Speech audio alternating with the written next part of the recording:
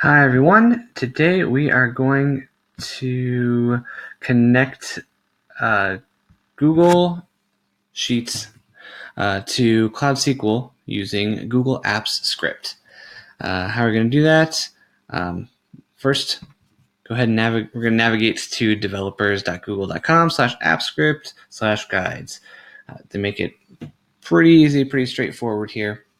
But if you've never done it, it can be a little bit confusing the first time you walk through this. So on here, if you scroll down, you will see you have a couple connection options here. With AppScript, you can do JDBC/get or .getCloudSqlConnection or getConnection. We are going to use Cloud SQL Connection, obviously, and it is recommended because it's built in. It's just connected. It's all of Google stuff connected with each other. So that's what we're going to be focusing on. As you scroll down here, you'll see the sample script here that will allow us to create our database, new user, new tables, write information, read data to the database. But before we can do that, we need a MySQL instance. So if you have not done that already, we're going to go over that real quick. You can find that by, we'll go here to the Cloud SQL Quick Start.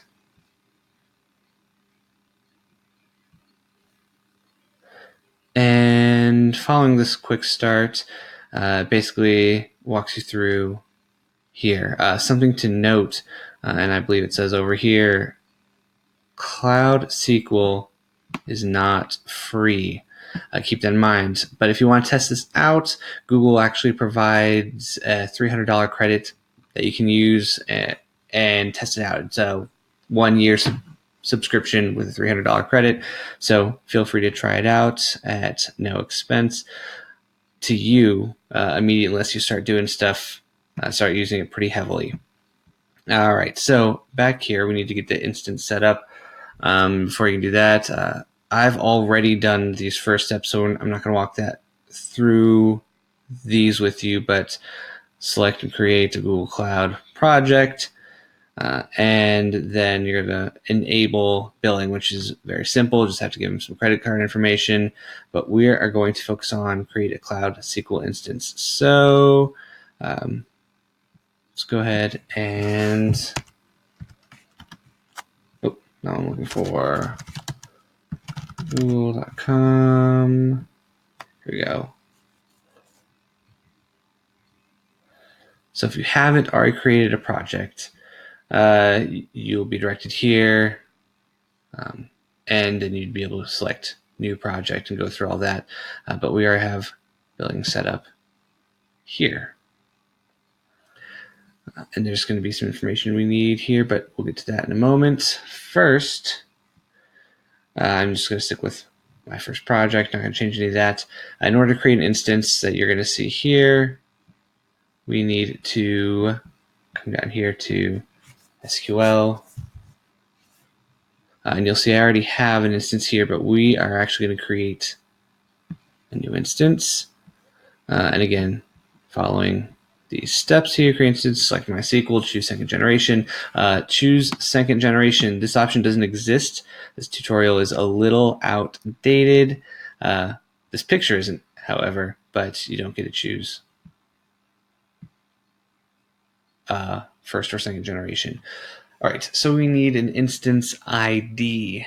So our last one was DB instance.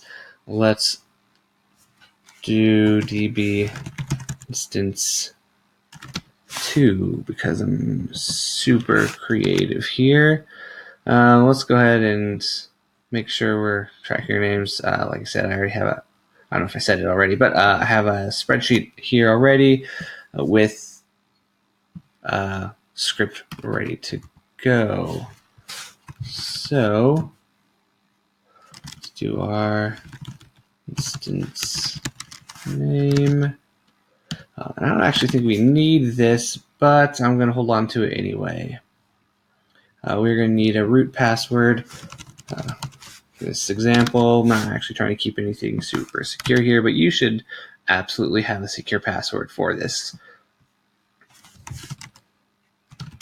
All right. Password. Yes, password 123 is not a secure password, believe it or not. And looking at our quick starts, that's it. We are in our password and click create. We're going to keep all of the default settings. And this particular process does take some time. So I'm going to go ahead and pause this video for half a second. Let's say half a second. It actually takes several minutes. But in the meantime, while you do this, you can navigate away and look at other stuff. So see you in a minute. All right, we're back. So back at our dashboard, we'll scroll back down to SQL here and our DB instance to go ahead and select it. Great. Following this quick start guide, it actually wants you to use Cloud Shell, which you'd access by selecting this up here. This is one method to get there anyway. We are going to skip that. It also would have you create a user. I believe that is done here. Oh, maybe that doesn't do that here. But just to show you, we're going to create a user in a minute and a database here. So you can create a database by coming here, click create database. You can create a user by coming here, click create user, but we are going to do this using app scripts. So we are done with that, and we will jump back here and let's scroll down and find the script we need. So first you can see all these variables. We're going to need all of these to do everything down here. So let's go ahead and copy, paste, and I already have a root password. All right, so we need the connection name, which is your instant connection name, and that can be found in a few different spots, but from here, instant connection name. So here we go. And in case you could actually split this up differently, the instance connection name is the project ID plus it's a project ID with your location, your database's location, which is in this case, US Central 1, as you can see here, and then the name of your instance. So we're going to hold on to copy that, paste. Our user, well, we haven't created a user yet. We're going to do that. So let's create a username. In this case, we're going to do efficient small business. We need to use our password. Again, this isn't secure. Please don't use password 123 or password 321 or any variation of the word password is not recommended. And then we need a database name. And for this, we will call our database customer. Okay. We're actually going to keep root as a root, and we will do the instance URL, which is already set. That connection name, database URL, again, is good. It's the instance URL with the database. So the rest of this should be good. We'll find out in a minute if it doesn't work, but let's keep going. So first we need a database. We're going to take this, and as you can see, this setup is pretty easy. It's really just to show you how to do this. Oh, trying to save it, and the equal sign doesn't belong there. Great. At this point, we should just be able to run this, our create database. Let's give it a try. Going to allow permissions. I don't know if this is going to show up on the screen, but I'm just clicking through the prompts to allow access to the script. Awesome. Okay, great. No errors, no nothing. So that's good. We should have a database now. And we can actually, should be able to check that if we want to have a look. Databases, loading.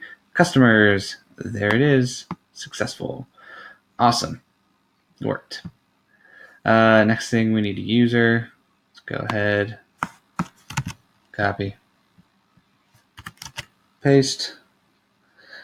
User, and everything here is good. So let's just go ahead and run it. Oh, gotta save first. Create user. Great. Let's come over here. Let's see if it worked. There it is. Efficient small business. I guess I should have shown you that just so you could see it with and without, but it wasn't there before, for what that's worth. All right. Next step. So we now have a database. We have a user, and now we need to make a table. So we can start putting information in. So let's see here. Yep, right to the table or create table here. Awesome. So let's have a look at this. So again, we haven't actually closed our connection. When the script ends, I believe it automatically closes. However, it's still good practice to close a connection when you're done. Yep. So at the end of these, we can just hit close. There's a few different things that actually force or basically force the connection to close. But again, good practice. We're just gonna close it afterwards. So let's see here. It's create table. We're creating a table called entries with guest name, contents. Yeah, we'll just keep all that. It's good. Has our database URL. Yep, all of that is good to go. So let's create a table. You notice it has a primary key. If you're not familiar with SQL at all, you probably shouldn't be watching this video. It's not going to be super useful to you dealing with MySQL databases because you're going to have to know some SQL. So I'm not going to explain all that. Anyway, we didn't get any errors, so that table was created successfully, which means on to writing information. And there's a couple options here for writing data to the table. Is you can do one record at a time, or you can loop over data. I prefer this option. It's a little more, not just a little more, it is more versatile because if you have one thing, you can loop over one thing, it still works, whereas this is not as useful in most situations. Definitely not all. Okay. So we're just going to hold on to this, and we don't need 500 records. I just want to show 5. That's good enough to get the point across. Yes, name, and it's going to show name and 0 through 4, because as a loop, obviously, it goes from 0 on up. You should already be familiar with for loops. If you're not, we'll save that for a different video. Anyway, and then the hello world, I'm going to add that, and then again, it does close the connection here. Great. And that should log a couple things for us. It's going to log the time that it took for this to run. You'll notice at the top it actually gives a new time, ends it, does a little bit of math here, and then in the middle, I believe it logs. Oh, no, it's just writing. We don't care about what it looks like. Okay, that's for our reading. All right, let's go ahead. Oh, oops, already created. Didn't change it. So you'll see this table already exists, so we get an error for that. That's a bit silly. So we're going to write some records. We're going to write 5. Let it run. Boom, have it. Next. Now we are going to read that information. So just something to kind of point out here. You'll see at the top of all of these scripts, you're going to see the same information over and over again. I'm not pulling this here. I'm not going to pull it again here because we already have it as a global variables up here.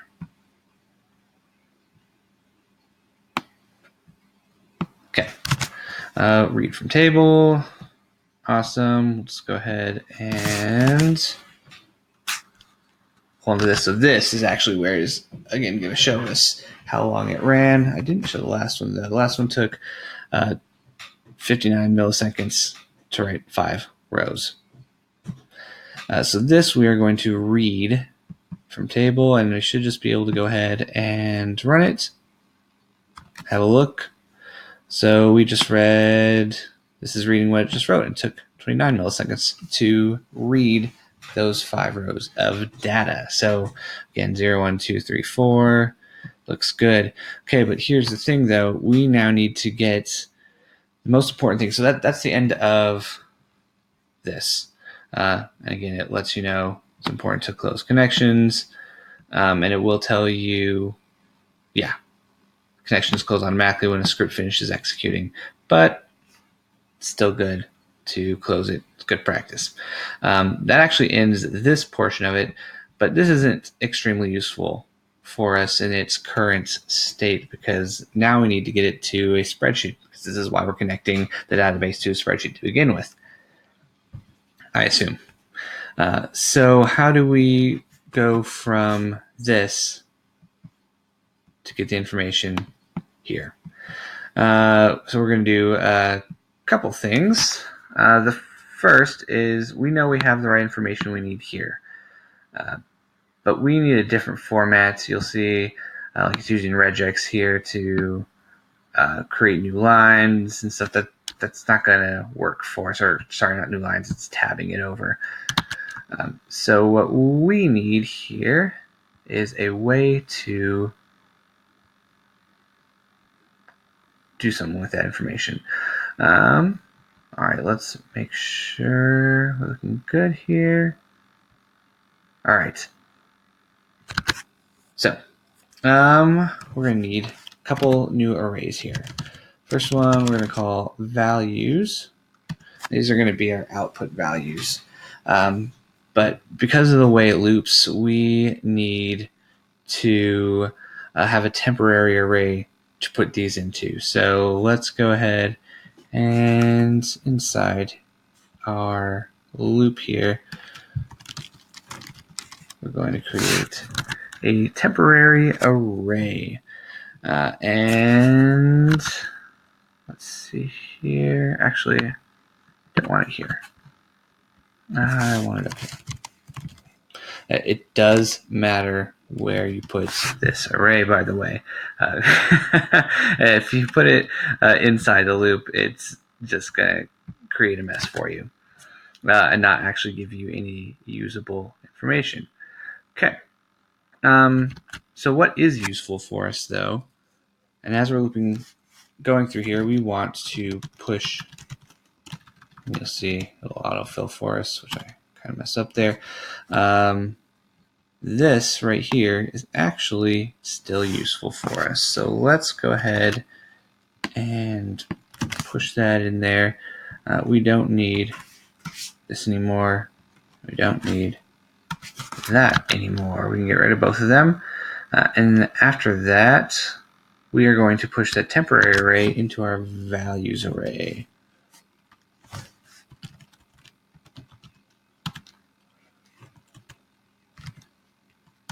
Great, so let's go ahead and log that, see what that looks like.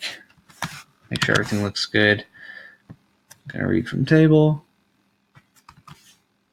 All right, awesome. So that gives us an array, two-dimensional array that we can work with. So you'll see our name 0. There. I'm not going to explain the two-dimensional array in this video. If you have questions, leave it in the comments. But there we go. That's something we can work with. Now we need to take that and push it into the spreadsheet. And we're going to get rid of this. We don't actually need to be tracking the time. That's not super useful for us. All right. So let's go ahead and create need sheet. Get active sheet. That's good. Yeah, we'll just keep it up there. And then after we've closed it, we can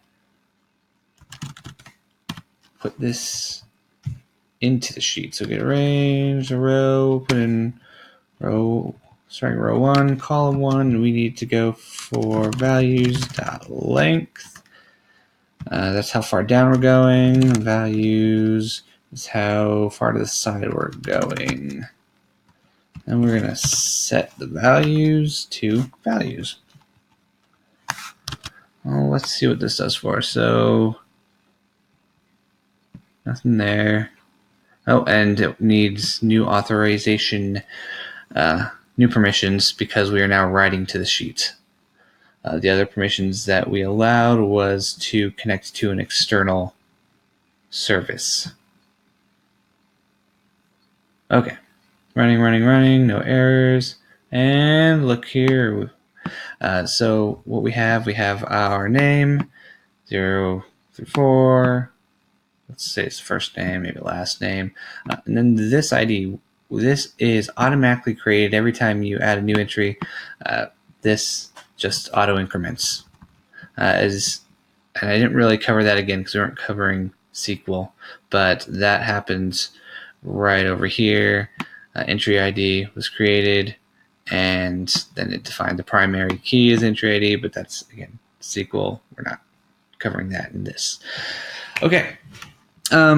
So we got our information to our spreadsheet successfully. Awesome. But what if we want a header? You could just write it here, but if somebody comes through and adds a new column to the database, then all of a sudden you're going to have to update this. So let's go ahead and have it populate the column names as well. That way, if anything changes in the database, it will automatically update everything afterwards. And in order to do that, let's get a new array here. And actually, I already have some scripts, and I'm just going to copy and paste it over. I'm going to speed this up a little bit. So what we've done here is we have an empty array, and we are going to we're going to get the metadata from the database, and we're going to get the column name. Then we're going to loop over it. And actually our number of columns, which we got over here, we're going to loop over a number of columns, and then for each column, we're going to look and get the column name and push that into our empty array. And then we are going to output it right here. But before we output it, let's have a look. See what we have. Column names. Great. And we don't need to look at that. Let's see what we got. Guest name, content, entry ID. Awesome. But we will always want this to go to the top. So as you can see in this, I already have this starting at row 1, column 1, but that's going to conflict. So we need to have this start at row 2. And you'll also notice I put this in another array to make sure it outputs properly. If you take this off, you're going to get an error because it doesn't understand what you're trying to do. So here we go. Let's have a look. Your data. And you'll see it wrote it again. We'll do something to take care of that in just a second. So here we go. Guest name, content ID, entry ID, and something you're probably going to want to do is you want to make sure that you're always starting with a clean slate. So it is a good idea to clear everything before going into this. And we don't need to clear our column name. That's always going to be overwritten. I mean, you could if you want, if you expect the column names to get shorter, that may be a good idea. We can go about this a couple different ways. Let's do, sheet.getArrange.clear content. And that'll just clear the entire sheet, no matter what. So, run.